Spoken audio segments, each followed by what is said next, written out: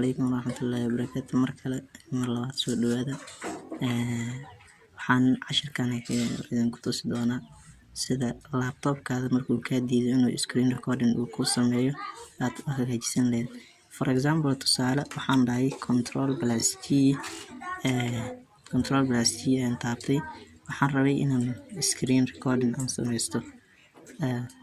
Sida tan ayuu soo qorayaa oo maba lahanba ama wuu soo diidayaa oo wuxuu soo qorayaa sida halkaas idinka muuqato.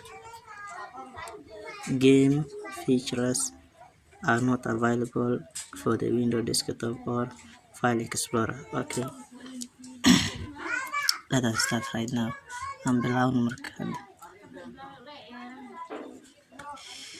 Waxaan tagaynaa search box-ka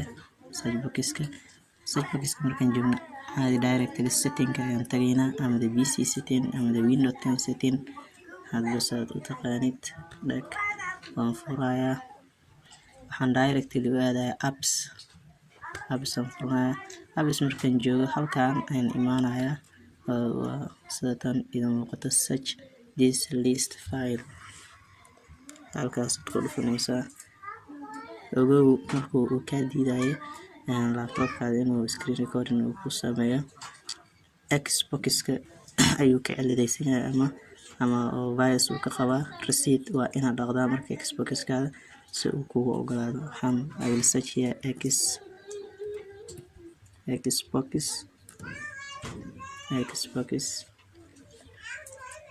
This is the Xbox I am searching.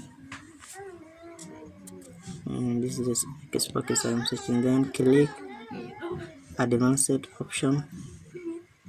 Okay, scroll down, scroll down your PC up to the receipt button. Halkaan imaam marka receipt. This is the receipt. This will permanently delete the app's data on this device, including your previous signed receipt. Okay, it is resetting. Okay, well done. Okay, let us go back. Say Control+G.